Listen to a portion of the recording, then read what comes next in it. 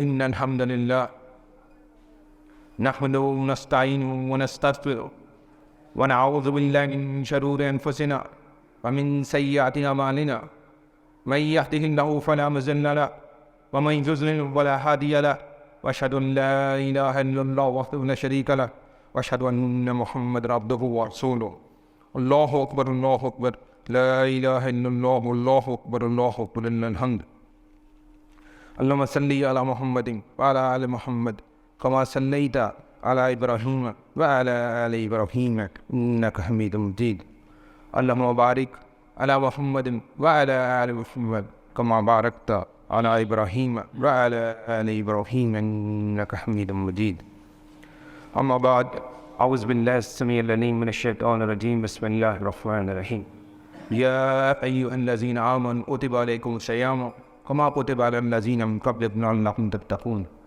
رب اشرح لي صدري ويسر لي أمري واحلل عقدة من لساني يفقهوا قولي.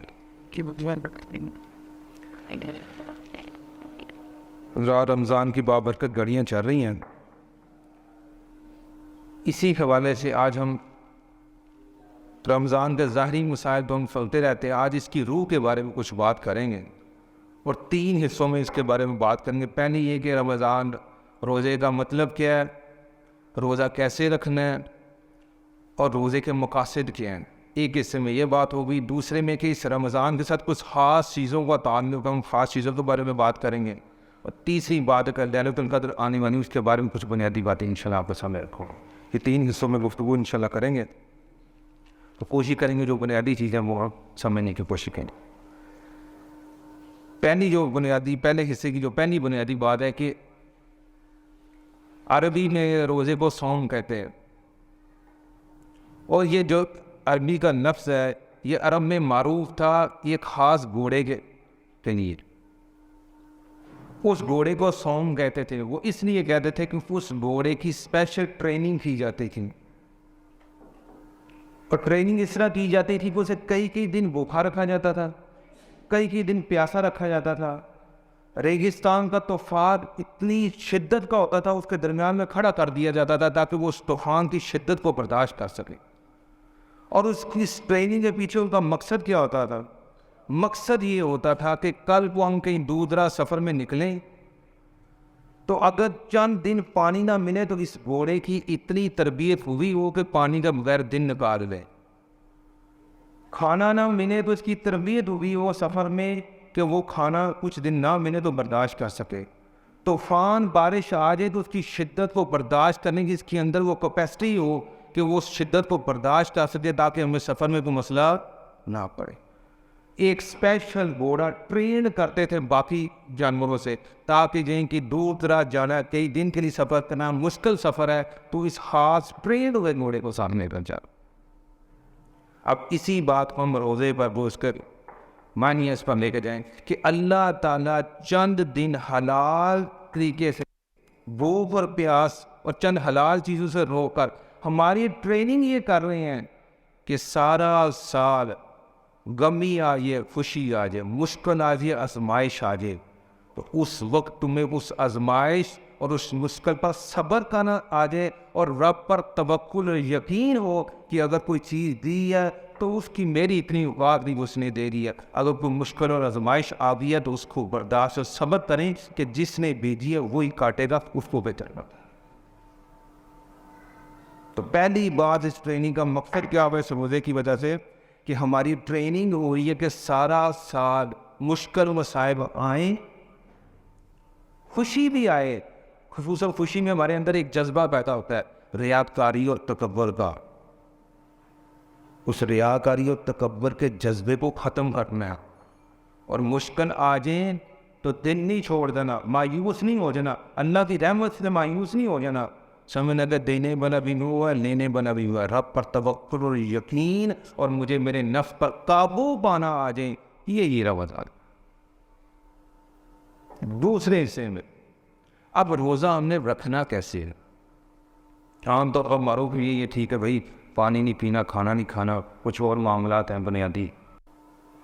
یہ تو ہمیں سمجھ آ گئی اس کی ظاہری بات کہ ہم نے جو ہے نا بھوک پیاس چند گھنٹوں کے لیے حلال چیزوں سے بچنا ہے.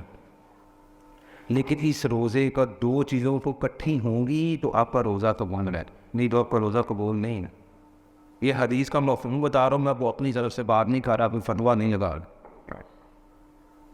اگر بھوک پیاس اور حلال چیزوں کو چھوڑنے کے ساتھ اگر آپ نے آنکھ کا بھی روزہ رکھا تو آپ کا روزہ ہے، کان کا روزہ رکھا تو آپ کا روزہ ہے، زبان کا روزہ رکھا تو آپ کا روزہ ہے، ہاتھوں کا روزہ، اپنے پاؤں ٹانگوں کا روزہ رکھا تو آپ کا روزہ ہے۔ اگر ان کا روزہ نہیں ہے تو آپ بھوک پیاس کاٹ رہے ہیں، آپ کو کچھ بھی حاصل نہیں ہوگا۔ اور یہ آنکھ کا روزہ کیا ہے؟ آپ نے چاہے موبائل کی شکل میں، چاہے ٹی وی کی شکل میں، کسی شکل میں، چوکوں چوراہوں میں، بد نظری کی شکل میں، غیر محرم عورتوں کی شکل میں، اس آنکھ کا پورے کا پورا روزہ رکھنا۔ اس کان کا روزہ یہ ہے کہ اس نے غلط بات نہیں سننی، اور ایک ایسی غلط بات ہے جسے ہم غلط سمجھتے نہیں کہ بندہ کو کہہ رہا ہے یار فلاں بندہ ہے ہی ایسا، تو روزے کی حالت میں کاروبار کی جگہ پر بیٹھے ہیں، ویسے کو گپ شپ دوستوں کے ساتھ لگ رہے ہیں، ہمیں پتہ ہی نہیں چاہ رہا کہ ہم غیبت، چغلی اور تہمت یہ گناہ کبیرہ ہے۔ کرنے والی بات زبان کی طرف لیتے، پہلے سننے والی بات ہے، وہ میں تو نہیں نہ کر رہا، وہی کر رہا ہے نا، میں سن رہا ہوں وہاں پر بیٹھ کر، تو سمجھو میرے کان کا روزہ نہیں ہے، روزہ فارغ ہو، روزہ ٹوٹ گیا، کان کا روزہ ٹوٹ گیا۔ کوئی گانے سنو، کوئی غیبت سنو، کوئی چغلی سنو، غلط باتیں سنو، کسی درجے میں بھی سنو، اور میں صرف میرے کان سن رہے ہیں، کچھ کر نہیں رہے، صرف سن رہے ہیں بس، تو آپ کا روزہ آپ کا خراب ہو۔ اسی طرح زبان کا روزہ، بد اخلاقی، بد زبانی، گالی گلوچ، کوئی بھی آپ نے زبان کے ساتھ اللہ کی حدود کو پامال کیا تو آپ کا روزہ جو نا بس بھوک پیاسی ہے۔ اسی طرح آپ کے ہاتھ غلط جگہ استعمال نہ ہوئے، آپ کی غلط جگہ چل کر نہ جائیں۔ آپ کی یہ اعضاء کا روزہ ہے تو بھوک پیاس ہے تو آپ کا روزہ پورا مجموعہ بن گیا، آپ کا روزہ قبول ہے۔ اور یہ روزانہ چیک کریں کہ کیا رمضان سے پہلے میری آنکھ جہاں پر چلتی تھی بند ہو گئی ہے، کان جو سنتے تھے وہ سننا بند کر دیا، زبان نے وہ بولنا بند کر دیا، ہاتھوں نے غلط جگہ استعمال بند ہو گئے، میرا چلنا جہاں پر غلط تھا وہ بند ہو گیا، تو آپ کا یہ روزہ روزانہ کی بنیاد پر شام کو چیک کرنے افطاری کے وقت کہ آج سارا دن ان اعضاء کا روزہ تھا یا نہیں۔ تیسری بات، یہ اللہ تعالیٰ یہ بھوک پیاس ہم سے رکھوا کر چاہتے کیا ہیں؟ تیسری بنیادی بات پہلی بات میں سے کہ کیوں اللہ تعالیٰ ہے یار ہمیں پیاس لگی ہے اللہ نہ پانی پیوں، بھوک لگی ہے بتانا کیوں اللہ تعالیٰ کروا۔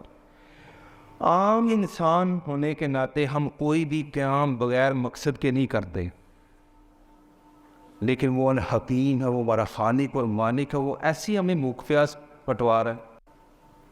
ایک بڑا مقصد ہے، اس پر مقاصد تو بہت سارے ہو سکتے کہ اللہ تعالیٰ ہماری ٹریننگ کیا کر رہے ہیں کہ 12 14 15 گھنٹے تم نے میرے کہنے پر جس طرح حلال چھوڑ دیا ہے، سارا سال اس طرح میرے کہنے پر حرام چھوڑنا ہے۔ جس طرح تم نے میرے کہنے پر 15 گھنٹے، آج کا دیکھنا تقریباً 15 گھنٹے کا روزہ رکھا ہے، حلال چھوڑ دیا میرے کہنے پر، تو بدرجہ اولا سارا سال اس رمضان میں حرام بھی صحیح چھوڑنا، یہ ٹریننگ ہو رہی ہے۔ اور کیا ہو رہا ہے، میں نے روزہ رکھا، میں جیسے بھی میں کمزور مسلمان بھی ہوں، کبھی کسی کو دیکھا ہے کسی نے روزہ رکھا ہو بغیر مجبوری کا روٹین میں، تو کہے چلے یار پانی پینے کیا بات، صبح روزہ رکھا تھا کوئی بات نہیں پانی پی لو یار، وہ کھانا کھا لو بھوک لگی یار، کبھی سنا آپ نے؟ سامنے لوگوں کو کوئی ایسا معاملہ نہیں ہوتا۔ چھپ کر دیکھ لیں، ظہر کا ٹائم، عصر کا ٹائم ہے، شدت ہے گرمی کی، پیاس بڑی، زبان خشک ہے، منہ میں کلی کے کرنے کے لیے پانی ڈالا ہے، مزہ بڑا آ رہا ہے، کون دیکھ رہا ہے، 2 گھونٹ اندر کر لیں، کیا ہے اس میں، کس کو پتہ چلے گا؟ آپ کے ساتھ بیٹھے والے بندے کو بھی نہیں پتہ چلے گا کہ پانی اندر چلا گیا، تو کیوں نہیں پیتے؟ وہ کہتا ہے رب ظاہر کو بھی دیکھ رہا ہے اور چھپ کر بھی دیکھ رہا ہے، اس کو پتہ ہے اگر میرا یقین اس درجے کا حلال کے لیے ہے کہ حلال کام جو چند گھنٹوں کو نہیں اس نے کہا ہے وہ میں اس کے کہنے پر نہیں لوگوں کے سامنے بھی نہیں کرنا اور چھپ کر بھی نہیں کرنا. اس کو پتہ ہے, کسی کو نہ پتہ چلے, اسے تو پتہ کہ میں روزہ توڑ چکا ہوں, نہیں توڑنا. تو بدرجہ اونا جب گناہ کی کشش لگے, حرام کام کی مجھے رغبت ملے, مجھے اس میں کشش اور مزہ نظر آ رہا ہو, اس وقت یہی سوچ رکھنی ہے کہ لوگوں کے سامنے بھی حرام کام نہیں کرنا اور چھپ کر بھی موقع ملے تو نہیں کرنا. وہاں بھی رب کو تو پتہ ہے, اس سے حیا کرنی ہے, اس سے حیا کرنی ہے. حلال کی حیا کا تو مجھے پتہ ہے, لیکن جو حرام کی حیا تھی, جو اس سے مجھے جو سبق ملنا تھا کہ میں نے حرام نہ سامنے کرنا ہے لوگوں کے, نہ چھپ کر کرنا ہے, وہاں پر یہی یقین بنانا ہے کہ وہ رب دیکھ رہا ہے. مجھے لوگوں سے تو شرم آتی ہے, رب سے بھی حیا کرنا. یہ اس رمضان کا مقصد ہے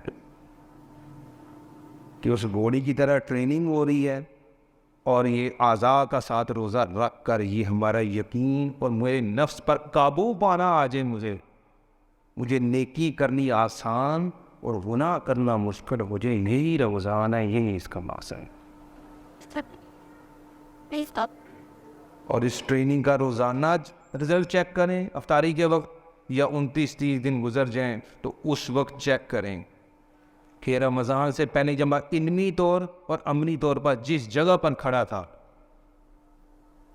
کیا آج چاند رات کا اعلان ہو گیا تو میں نے اپنی بیوی کو بازار میں مہندی کے نام پر بیچ تو نہیں دیا, اپنی بچیوں کو شاپنگ کے نام پر بے پردگی کے ساتھ باہر تو نہیں بھیج دیا, بچوں کو موٹر سائیکل گاڑی کی چابی دے کے لیے آوارہ گردی کے دن نہیں بھیج دیا, میں خود دوستوں کے ساتھ مل کر اوپننگ کر کے چراہوں میں بیٹھ کر بد نظری تو نہیں کر رہا. اگر چاند رات یا اس سے اگلے دن وہی کام کر رہا ہوں تو معذرت کے ساتھ آپ کا رمضان فارغ ہو گیا, آپ کو کچھ بھی حاصل نہیں. اور نبی اکرم صلی اللہ علیہ وسلم کی ایک بد دعا ہے, 3 بد دعائیں سے ایک اس کے متعلق ہے کہ آپ ممبر پر چڑھ رہے تھے, جبریل علیہ السلام اللہ تعالیٰ کے الفاظ نے, وہ بندہ ہلاک و برباد ہو جائے جو رمضان پائے اور اس طرح اپنی مغفرت نہ کروا سکے, وہ برباد ہو جائے. اور اس بد دعا کے جواب میں نبی اکرم صلی اللہ علیہ وسلم نے آمین کہا ہوگا.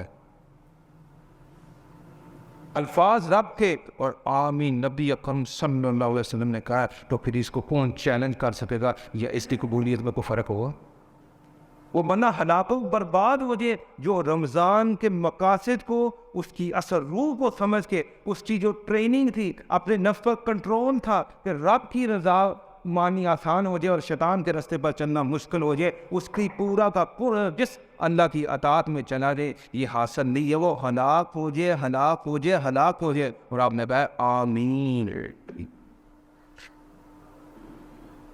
اب یہ لمحہ فکری ہے کہ آج 16واں روزہ آ چکا ہے. اگر وہ کمی کوتاہی رہ گئی ہے, کچھ نہیں, کوئی بات نہیں, اللہ بڑا غفور ہے, مجھ سے معافی مانگتے ہیں. آج سے اس کی ٹریننگ شروع کر دیں کہ یا اللہ جو پیچھے سے نہیں پتہ تھا, اب ہم روزے کا مطلب سمجھ آ گیا, روزہ رکھنا کس طرح ہے اور روزے کے مزے سے ہم نے حاصل کیا کرنا ہے, یہ بات ہمیں سمجھ آ گئی. انشاءاللہ آپ سے کوشش کریں گے کہ اس طرح یہ رمضان بقائی دن گزارنے کی کوشش کریں.